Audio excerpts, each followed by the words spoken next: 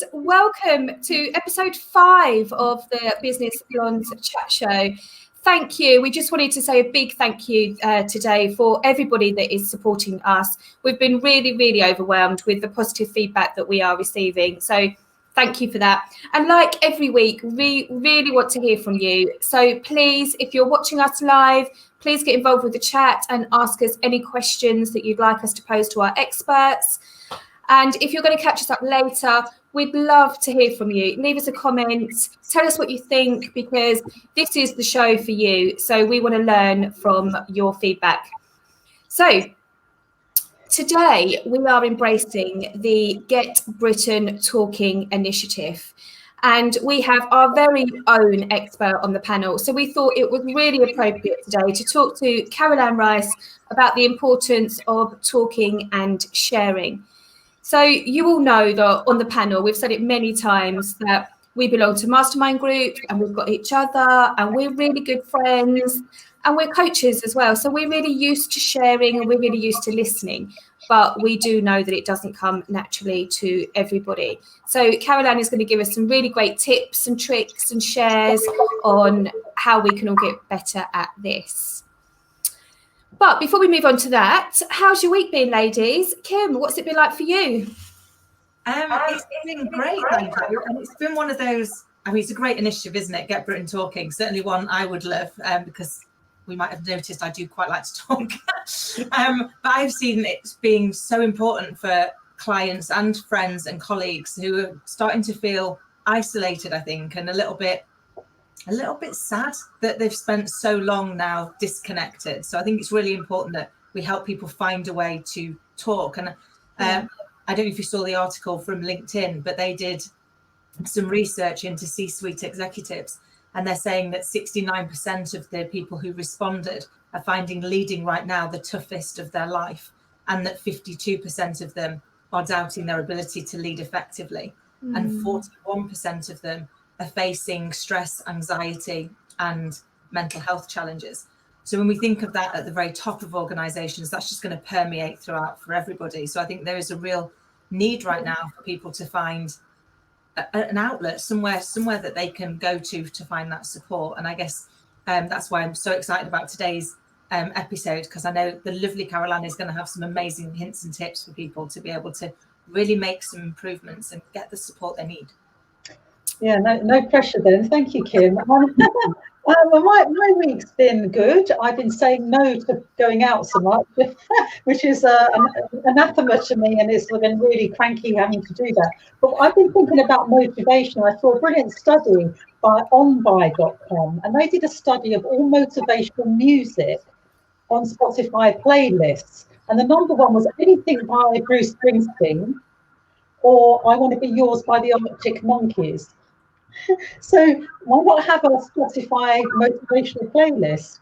Also, the worst song apparently is I'm So Excited by the Pointer Sisters. So don't put that on, because apparently it doesn't help motivation. So there you go. Who knew?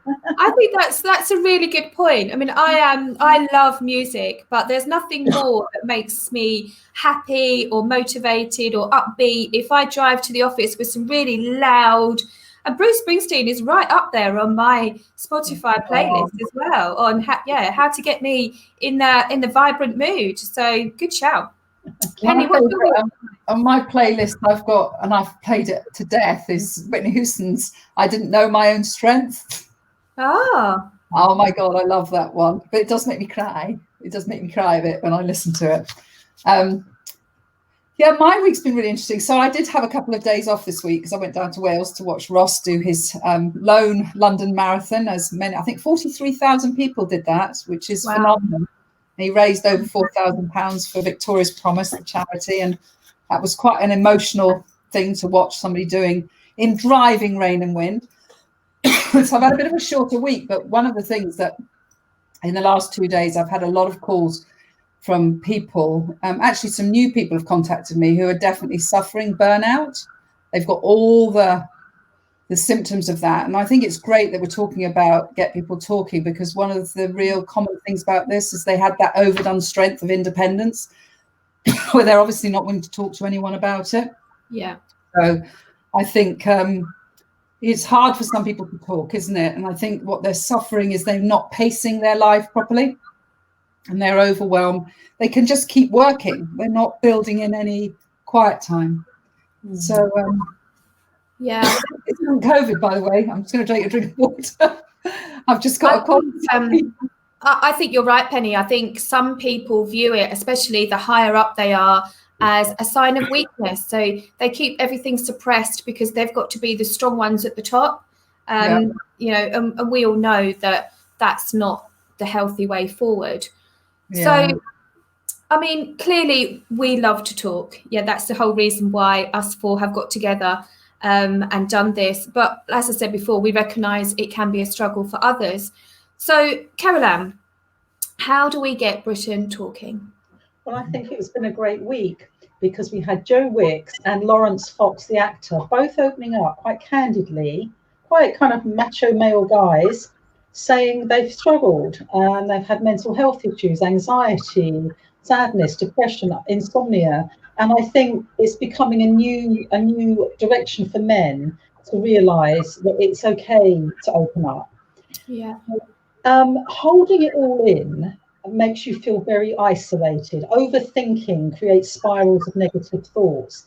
Letting it out allows you the relief of parking it somewhere. So I wanted to say a few things about that because these things here never get us into trouble. Okay, this sometimes does. So first of all, I would say be a good listener, because listening is an act of love.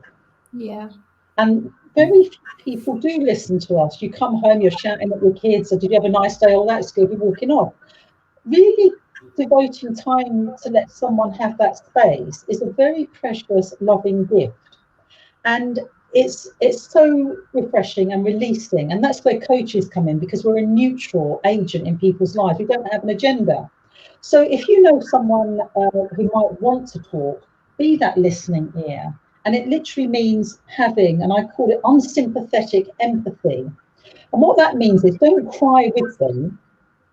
Because if your friend's really sad and you start crying, then go, oh, sorry, I've upset you. Try and hold the space for them. Mm-hmm. I think I am empathetic, but I'm not going to get so into the story that I'm brought down by it. I want to really help you. So tell me I'm strong, I can hold this. And I think that is such a wonderful gift you can give someone. However, you might be the sort of person who thinks, I don't like to share. You know, and I want to get the word out there. It's okay. It's okay to be vulnerable. You don't have to look perfect. We're not on Instagram now. You can say, I'm having a bad day. You can say, I'm feeling low. And everyone will relate. You're not on your own. And I think it's that sense of, am I the only one going through this right now? No, you're not. Yeah, So I like that a lot. That listening thing is really important. Thomas talks about listening as a service, LAS, he calls it. But it almost makes me think we should have a Get Britain Listening Week. Yeah, absolutely. Yeah. I completely agree. That's what we do as coaches. We completely hold it. Now, I want to say something else about sharing. You know, there's a lot of people who don't mind dumping. Don't mind what? Dumping on you. Oh, you know, yeah. It's oversharing. It's like, whoa, too much information. I don't want to hear about that. That's not what we're talking about here. It's not like somebody just said, guess what I've just done in the bedroom, or guess what, you know, and you're just like, that's not sharing. That's just dumping horrible stuff on people. So be careful. You know, you don't have to listen to that. So it's about having boundaries as well. It's about daring to be vulnerable and choosing somebody that you trust. Because if you tell someone like Kevin in accounts or Sue is on reception and you don't know them that well, you're putting a lot of vulnerability into possibly unsafe hands. So make sure the person you're talking to you can trust, because I don't know about you, I've sometimes told someone something that's on my mind and they haven't treated it with the respect it should have been treated, and therefore you've doubled your pain. Yeah. And they've dropped it on the floor, or they've mentioned it another time and you thought, well, that was kind of a confidential moment I was sharing, but I didn't want you to drag it up again. So I think it's really important that we create that safe space for our friends, our clients, people that we know, and that I'm holding this for you and I won't tell a soul. Yeah, I think that's so important, because unsolicited advice sometimes, a lot of people think that when you share something, they're asking you for their advice, but sometimes you're not. I think that's what, people like ourselves sort of know, that we're not always wanting advice, they're just wanting to be heard. Yeah, absolutely. So, Carole Ann, why is it important that we share? What's the danger? What happens to us sort of mentally if we don't share? What can happen? I think you feel isolated, because there's a kind of, am I the only one who's thinking like this at the moment? Am I mad? Am I crazy? Am I wrong? And then the inner critic comes up. Yes, you are. You're wrong to be thinking this. You should be doing this. You should be upbeat. You should be happy. You should be getting on with it. What's the matter with me? I'm not coping. And a sort of a horrible negative spiral of criticism and self-blame comes in. And actually, you're human. And have compassion for yourself. You're struggling. We all struggle. And it's okay to say to someone sometimes, sorry, I didn't get back to you. I'm really struggling today. Yeah. Sorry, I didn't answer the 100 emails I had. I couldn't face it because I've hit a wall. And when I did a post the other day, have you hit the COVID wall? I've got a great response. Suddenly it's okay to say, yeah, I have. And have you seen in your practice, Carole Ann, that there's been a huge influx of people that have hit the wall, have had burnout, anxiety, or whatever label they've themselves put on it? I think the worst thing I can hear is, what's the point? Because when you say that, you're losing engagement with life. So it'd be like, what's the point of investing in my business when I don't know? And you have to stay in the now as much as you can, because none of us know what's around the corner. No one predicted this year, but you can have a lot of power in the now. So it's like, try and stay in the moment and stop getting anxious about the future. I have seen people really worried about money. That's frightening for them. But it could be time to redesign your business. It could be time to be creative, to piggyback with someone else, to get into the tech you never explored before. Try to see the opportunity. I don't want to be a Pollyanna, but try to find the little green shoots that you can nurture. Yeah. I think it's really interesting you say about fear, because I think what people find is there are certain primary emotions that we are all experiencing at the moment. And I agree with you. There's a lot of people in fear, either massively fearing this illness or massively fearing their future, financial future. And talking that through with other people, it really helps. I mean, I know I've been there, massively been there in the past. And financial fear is crippling, especially when you've got, dependence on you, etc.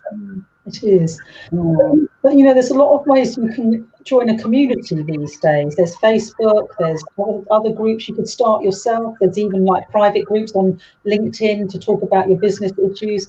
I think people, if you Google the 10 things that make human beings happy, being of service to others is what is right up the top there. So even helping someone else can help you. Yeah. So how can I help you? How can I help? Can I show you how to do a podcast? Can I show you how to do LinkedIn? Can I help you? And you will feel good that you've reached out, and that person will feel that you've got their back. Yeah, it takes confidence, doesn't it, though, to actually say to someone, unless you're a trained person, to actually say to someone, what's going on. I mean, my mum brought me up to believe that you shouldn't be nosy. I know a lot of, don't ask questions. And, so I think, a lot of people think that it's wrong to ask, wrong to dig into someone. It's such a kind act, isn't it? Well, these days, it's almost wrong to not be happy. There's an enforced happiness culture. Like, you've always got to see the positive. Well, actually, some days I'm not seeing it, and that's okay too. And not to beat yourself up. I think it's when the self-judgment comes in. And I practice incredible, endless self-compassion, because I goof up, I make mistakes, I do so many embarrassing things. I have to be compassionate with myself, and we all have to. We're not. Stop aiming for perfection, aim for self-acceptance. And that means I'm having a bad day, I'm not feeling great, I was awake in the night. But you're not alone. A lot of us know that. It's not all having shiny, happy lives on Instagram, So I wonder how somebody does find that. Because I know a number of years ago when I was feeling really lonely, and I had an identity that, I sort of felt I needed to uphold, and then there was my truth. And I ended up seeking out a prayer group in my local town just to feel that I could go and see people who, I live in Farnham. It's quite a wealthy area. A lot of the women that I know are quite closed, and they don't open up. And I don't know whether that means that they've just got really fantastic lives. On the outside, it looks like it, or whether they just seem to, not want to share anything. And so it's finding where you can go to open up and meet people that aren't going to. I remember, without rattling on here, I remember when I was doing when I was part of an NCT with young babies, I was like they all loved it, because over dinner I'd be telling them all my hell that I was going through in my head and adjustments and things, and none of them would say anything. And I'd go away thinking I was the only idiot. They'd all go away thinking, oh God, I feel fantastic now. So you want to find people that aren't going to make you feel small, don't you? Well, that's why you have to choose your tribe, your community really well, even if it's one person. And I have a friend, I used to call her my dismal doula, because I'd say, look, I've got to phone you up. She's like birthed my misery for me, which was put me on speaker and go and make a cake or pour yourself off, because I just got to let a whole load of stuff out here. and mute yourself, because I just want to do an existential unloading here and have wine, watch TV, and just let me go, and another thing. And then she'd say, are you feeling better yet? Yes, get in there. And another thing. Are you done yet? Yeah. Yeah, it's the clarity you get, though, when somebody's just a sounding board. That's why when people talk, you don't have to give advice. You don't. Because you have your own clarity, don't you, when you're allowed to talk? You don't have to absorb it. But I'm really glad that you mentioned prayer, because I heard on the radio that Google have announced that they had the biggest ever recording Google search for prayer and praying. So that shows where the human condition is at the moment, right? So you're on Google and you're looking for prayer, and praying. What does that say about how society is at the moment? They're looking for answers. They want relief. They want some help. And faith. They're looking for faith. I think that's me. Hope, trust, and faith, I think, are very entwined. And I was just looking, and some people use affirmations. I mean, prayer is in a way an affirmation, isn't it? It's, so Kim, in the corporate world where your space is, has there been a shift, do you think, in people opening up and being honest about their vulnerabilities? Are they talking and sharing, or is it still very much a closed, strong book? It's still really closed, albeit, as I say, in the research that LinkedIn produced last week, clearly they are sharing anonymously through things like that. But we are starting to see an uptake in people reaching out to find coaches, to find somebody who can be that independent sounding board, because as you've said, all of you have said, the need to be listened to. As human beings, we all want to be listened to and understood, and that can be really hard because we've kind of lost the art of listening. We now listen to interject, not to understand, and we need to get back to listening to understand. And I guess that's kind of what all of us do, isn't it? Our roles are to really listen to people, to understand where they are right now, to hold that space for them, as you so eloquently put, Carole Ann, and to give them chance to find their answer, because often their answer comes straight after they've told you what their problem is, because they just needed that opportunity to get it out and to share that. But we've still got a long way to go. For far too long, vulnerability has been deemed to be something you should hide, something that you should be ashamed of. And yet we're all vulnerable about something. There's something all of us don't like about ourselves, or we find uncomfortable, I guess. But when we find the way of sharing our vulnerability without losing our credibility, it's amazing how quickly that vulnerability can become our superpower. And it also allows other people to realize it's okay to not be perfect. That's so important right now. I think that's the great thing about Joe Wicks coming out this week, because he was on such a pedestal, wasn't he? Especially March the 23rd, when he took over the PE sessions every morning. And, you know, our perception of Joe is that he is healthy, he is fit, both in mind and body, and he is the positive person that everybody saw, you know, at 9 a.m. every morning. So for him to come out and say, actually, he didn't want to do anything, he didn't want to record a workout, he didn't actually sometimes fancy working out, that's quite huge for him to be that honest and that raw. And I think, Carole Ann, why does it take that celebrity to get us to go, oh, actually, it's all right then? I think this fear of judgment that people have said, oh, they're not up to much then, they're weak. But actually, it's the reverse that happens. People go, wow, that's really brave. And I think we need to reframe what vulnerability means. Is it strong to walk into everything with your sword and shield up, like ready for a fight? Is that strong? Or is it more strong and brave to walk in without your armour, saying, I don't know, I'm struggling? To me, that's strength, not being brittle and having these barriers up and saying, I'm perfect, no one doesn't hurt me. You're not being human, you are human. Yeah, I love that metaphor. That's such an awesome metaphor. When people come and talk, and I agree with you that they sometimes just needs to be listened to, but obviously from a professional point of view, and those people that are more adept at helping. I mean, a lot of people I know come on your life coaching who aren't necessarily want to be a life coach. They come to your academy, Carole, because they are a teacher or a doctor or a parent, or they just want to have skills that we're talking about here. Yeah. When people are talking through things, just thinking of some tips that we could give people here. Because rather than giving advice, what we learn as coaches, I mean, I don't always do it. Sometimes I turn into a mentor and want to just tell you, but you know, we try to just inquire what's making people believe that, don't we? Yeah. So where does, you know, if we could give some people some tips on this, you know, if somebody came to talk to them today in an office, or what are some tips around helping people to discover why they have the thoughts and where are their belief systems coming from? Yeah, you could first of all mirror back what they just said. So are you saying that? So that's the person that hears themselves.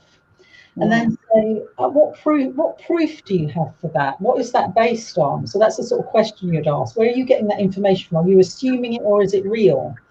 And a good question to ask everyone is, what would you need right now? And it could be, I need some feedback, or I just need someone to listen, or I need a new project, or I need motivation. In that question, what do you need right now? The person does sort of know what the answer is, but they need to speak it out.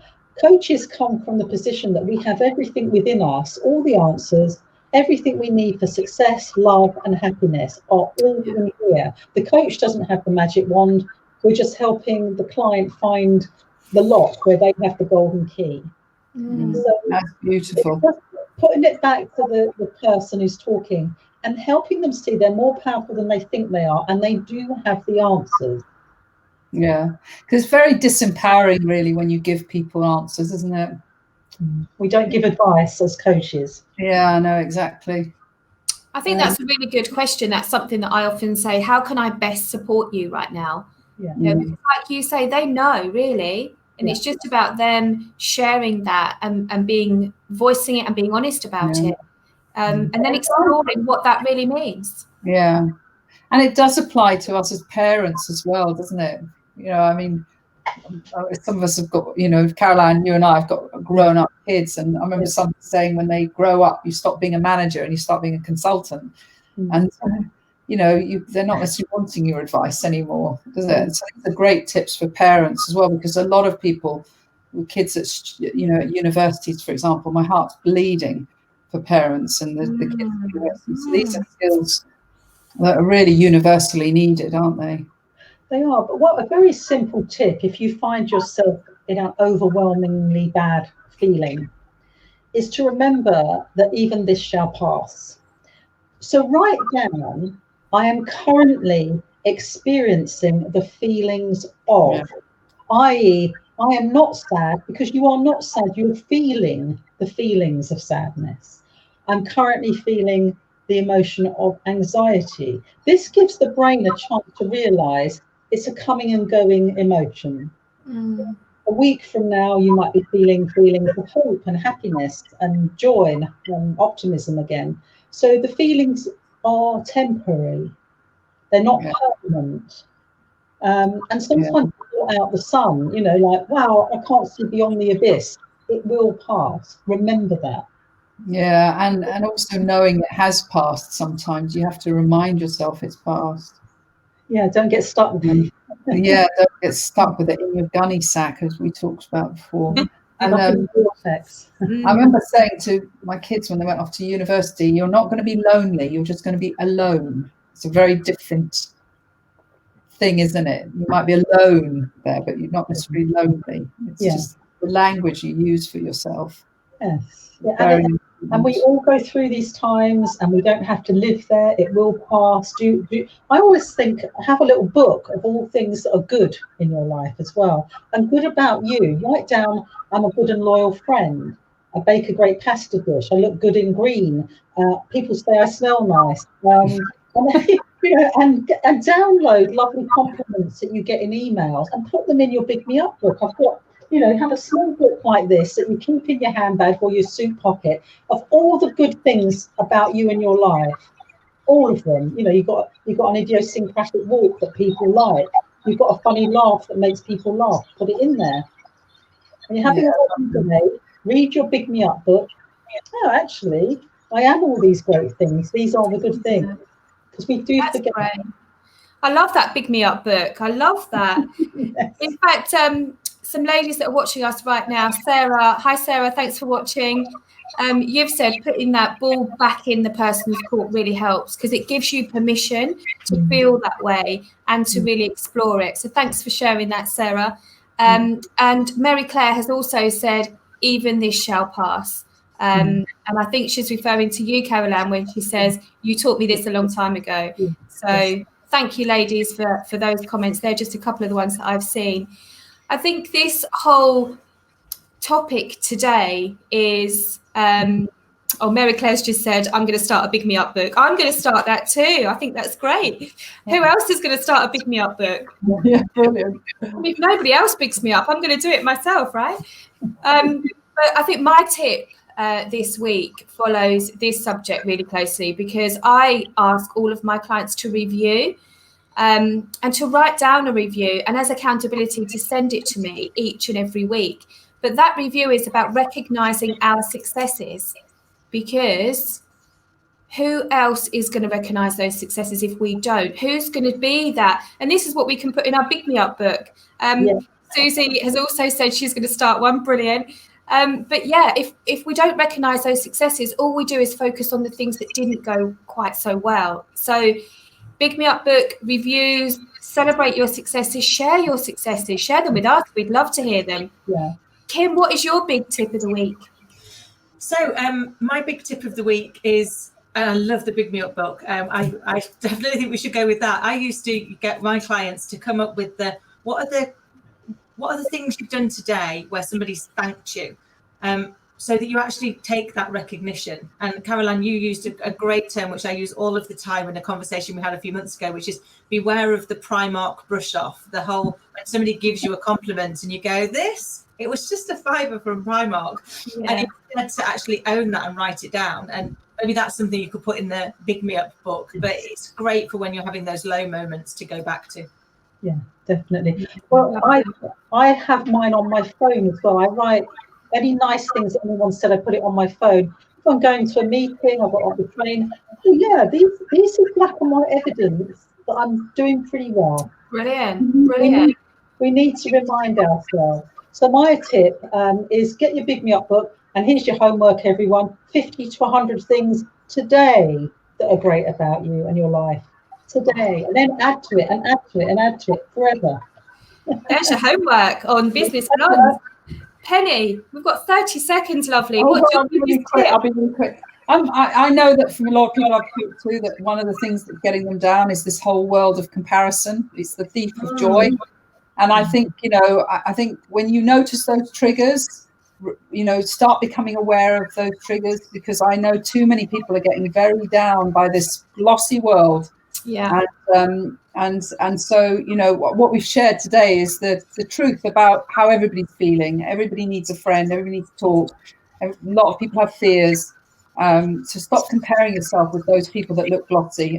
You know, just realize the world isn't as glossy as it looks when you're looking on Instagram. Keeping it real, which is the whole focus of this chat show, keeping it real. Thank you, ladies. I can't believe that's 30 minutes up already. It's been a pleasure as always. Kim, how can people get in touch with us? So you can join us at www.businessblondes.tv. We're also really keen to get people joining us and on the show, sharing their hints and tips. And you'll find a link on that website to be able to apply to be a guest. So please do so. And we're also at Business Blondes on all social media. And we look forward to seeing you next week at 1. Thanks, ladies. Bye-bye. Bye.